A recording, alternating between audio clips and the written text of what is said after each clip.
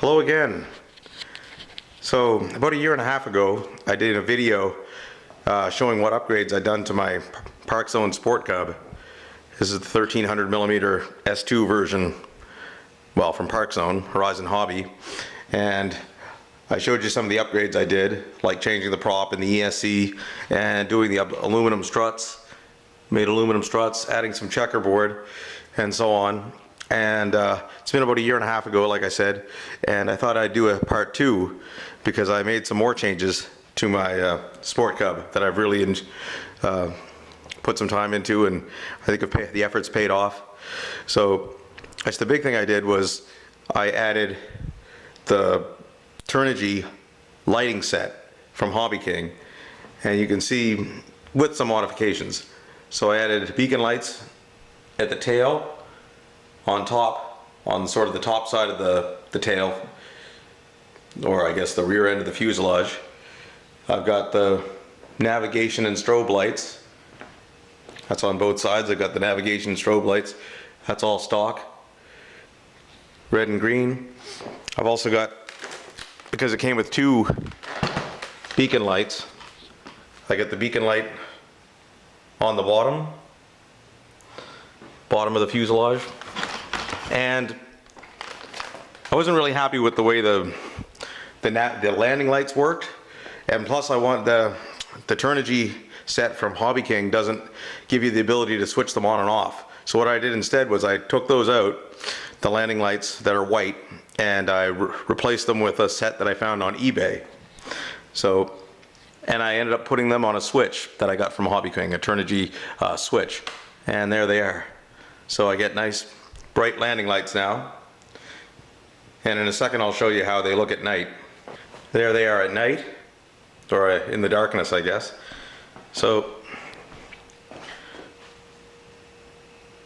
they do a good job of lighting up the runway when I'm flying at low light conditions.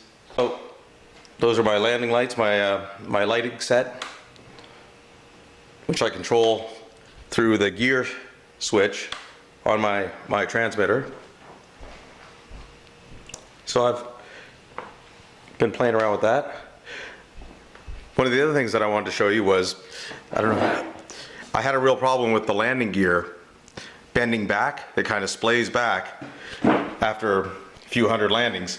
So what I did was I added these little pieces of birch wood, just cut rectangular plates, and what it does is it protects the fuselage. As it does bend back, I didn't reinforce it using like some other people have done.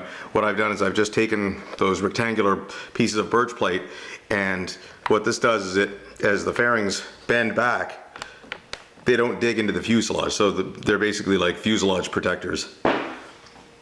Now another thing I did, which you can't really see quite obviously, but on the front end, I replaced the motor.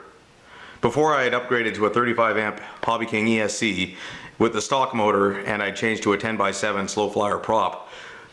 I changed on recommendation of a few people. I tried out an E-Flite Power 10 motor, which you can almost see in there.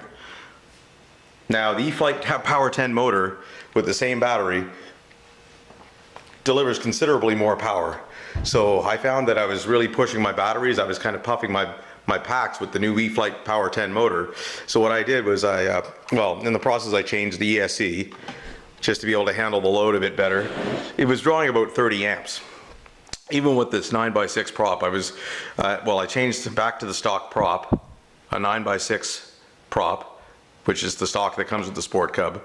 I had to downgrade it in order to keep the amp draw from being a little too much. But even in this configuration with the stock 9x6 props, I still pull 30 amps at full throttle, which I try to avoid. That's the other thing, I try to avoid using full throttle because it's just too much. I'll end up puffing my batteries. So, but I find the configuration's working for me, especially on floats, because it gives me the extra power to get off the water. And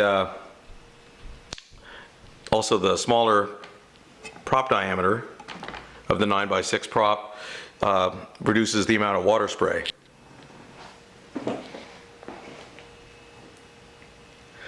One other upgrade that I tried, but I didn't really keep, was in addition to my regular Spectrum park receiver, I added an orange RX stabilizer, a 3-axis stabilizer from Orange RX from Hobby King, and I used it for maybe 50 flights or so. I didn't end up keeping it because I just didn't really like the way that it felt like it was fighting against me sometimes. You know, when I was doing rolls, it would feel almost kind of like it slowed the roll rate down. It was fighting against me, so I ended up taking that out. Oh, one last thing I did. I mentioned in my part 1 of my upgrades video with the checkerboard, when I added the red and white checkerboard to the tail and the fairings over here, I kind of made my own stickers, and they were printed on an inkjet printer or a laserjet printer, and the problem with that is with the water, when moisture got on it, it tended to run the colors.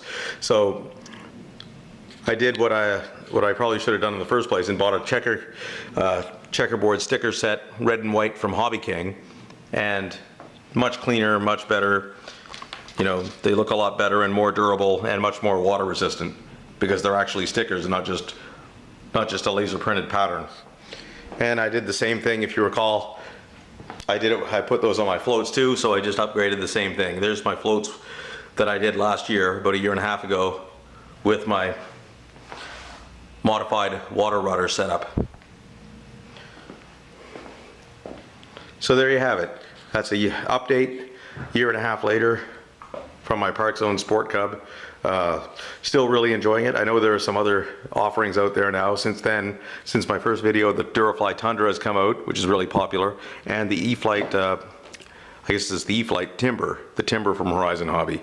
Bigger plane, but also really apparently selling pretty well.